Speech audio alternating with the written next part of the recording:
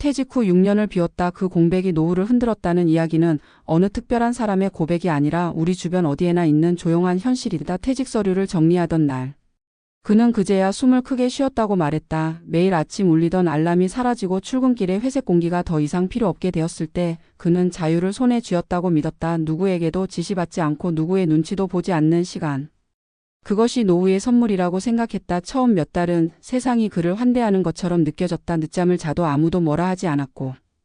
평일 낮에 카페는 언제나 조용했다. 여행을 떠나고 밀린 드라마를 보고 오래 미뤄둔 정리를 하며 그는 말하곤 했다. 이제야 사람답게 산다고 하지만 그가 비워낸 것은 일정만이 아니었다. 역할이 비워졌고 관계의 밀도가 비워졌고 스스로를 설명할 언어가 비워졌다. 시간이 흐르자 빈자리는 넓어졌다. 그 빈자리는 처음엔 휴식으로 보였지만 어느 순간부터는 이유 없는 피로로 바뀌었다. 무엇을 하지 않아도 되는 날들이 이어지자 무엇을 해야 하는지 모르게 되었고 해야 할 이유를 찾지 못하자 아침에 일어나는 힘이 사라졌다. 그는 스스로를 게으르다고 탓했지만 사실은 방향을 잃은 것이었다. 서울 외곽에서 살던 50대 후반의 남자는 대기업에서 30년을 일하고 퇴직했다. 퇴직금과 연금이 있었고 생활비에 큰 불안은 없었다. 그는 퇴직 직후 가족에게 말했다. 이제는 나를 위해 살겠다고. 그는 등산과 여행을 계획했고 동호회에 가입했다. 하지만 몇 달이 지나자 모임은 뜸해졌다. 사람들과 나누는 대화가 얕아졌고 자기소개를 할 때 직함이 사라진 자리에서 말이 막혔다. 어느 날부터 그는 집에서 보내는 시간이 늘었고 텔레비전이 하루의 배경음이 되었다. 아내는 처음엔 이해하려 했다. 하지만 함께 있는 시간이 늘수록 사소한 마찰이 잦아졌다. 그는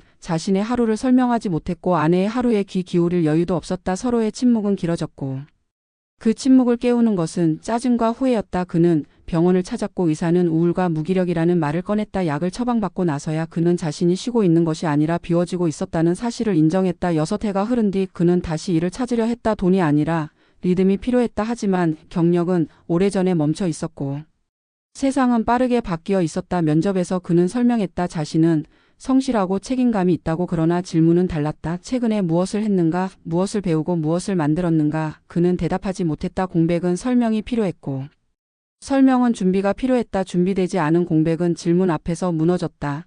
또 다른 이야기는 지방 소도시에 사는 60대 초반의 여성에게서 시작된다. 공무원으로 평생을 살았고 정년을 채워 퇴직했다. 사람들은 그녀를 부러워했다. 안정적인 연금과 규칙적인 삶을 마쳤다는 이유였다.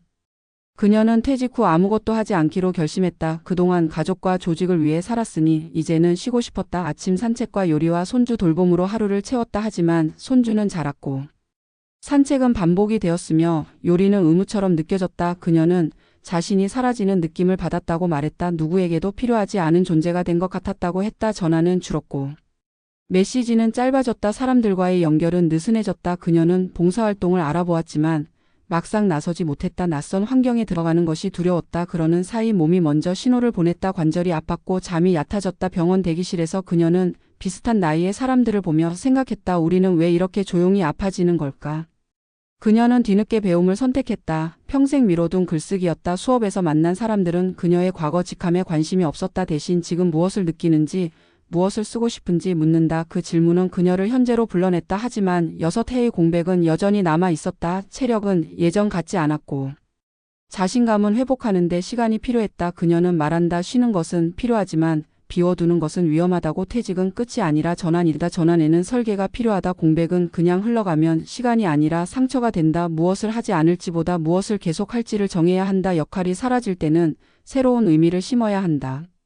관계가 느슨해질 때는 다른 연결을 만들어야 한다. 배움과 기여와 리듬이 없으면 자유는 고립으로 변한다. 6해는 길다. 그 시간 동안 몸은 변하고 마음은 방향을 잃는다. 다시 시작하려면 더 큰 에너지가 필요해진다. 그래서 준비는 퇴직 이후가 아니라 퇴직 이전에 시작되어야 한다. 직함이 사라져도 자신을 설명할 문장을 남겨야 한다. 매주 반복되는 작은 약속을 만들고 배우는 시간을 확보하고 누군가에게 도움이 되는 자리를 정해두어야 한다. 돈의 안전망만큼 중요한 것은 의미의 안전망이다. 오늘의 이야기는 공포를 주기 위한 것이 아니다. 이미 비워낸 사람에게도 길은 있다. 다만 그 길은 우연이 아니라 선택으로 열린다. 공백을 탓하기보다 지금부터 채울 것을 정하면 된다. 작은 수업 하나, 작은 모임 하나, 작은 책임 하나가 하루를 다시 움직이게 한다. 노후는 길고 조용하다. 그 조용함을 견디는 힘은 미리 만들어진다. 퇴직 후 6년을 비웠다는 말이 후회가 아니라 교훈으로 남기 위해 우리는 오늘 무엇을 비워둘지보다 무엇을 남길지 생각해야 한다. 그리고 그 생각이 오늘의 하루를 다시 시작하게 한다. 퇴직 이후의 시간은 흔히 휴식으로만 설명되지만 실제로는 삶의 구조가 해체되는 과정에 가깝다. 직장에서의 하루는 단순히 일을 하는 시간이 아니라 정해진 기상시간, 이동 경로, 만나는 사람, 역할의 언어, 평가 기준을 함께 제공했다. 그 질서가 사라지는 순간 인간은 자유를 얻는 동시에 방향 감각을 잃는다. 많은 은퇴자들이 공백을 선택하는 이유는 지쳤기 때문이다. 쉼은 반드시 필요하다. 그러나 쉼이 구조 없는 방치로 이어질 때 그 결과는 회복이 아니라 소진이다. 특히 한국 사회에서 은퇴는 관계의 급격한 축소를 동반한다. 직함을 매개로 유지되던 연결은 자연스럽게 끊기고 가족 중심의 생활로 압축되며 사회적 반경이 급격히 좁아진다. 이때 준비되지 않은 공백은 개인을 고립으로 밀어넣는다.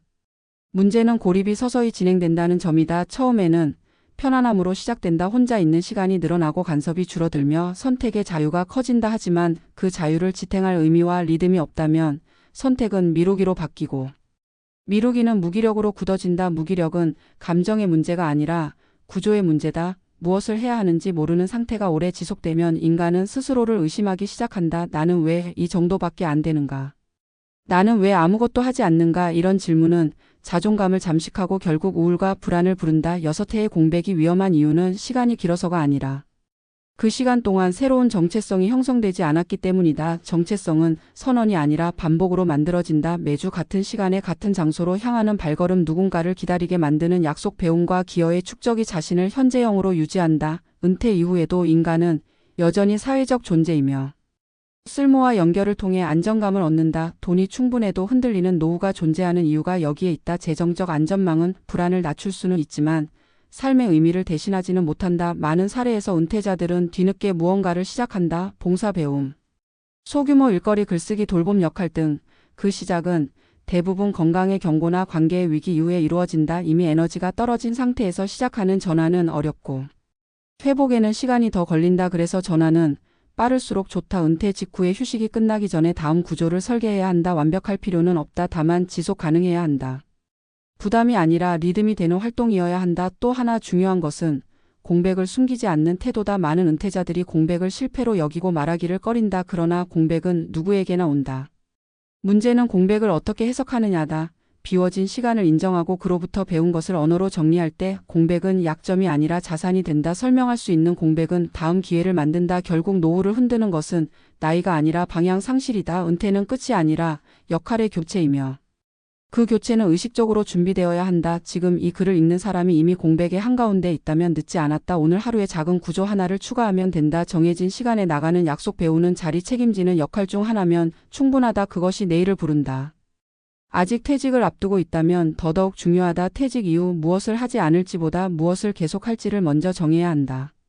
일이 사라져도 삶은 계속된다. 삶이 계속되기 위해서는 의미가 순환해야 한다. 결국 우리가 공감해야 할 교훈은 단순하다. 쉼은 필요하지만 비워두지는 말자. 자유는 구조 위에서만 지속된다. 노후의 안정은 돈이 아니라 리듬에서 온다. 그리고 그 리듬은 오늘의 작은 선택에서 시작된다.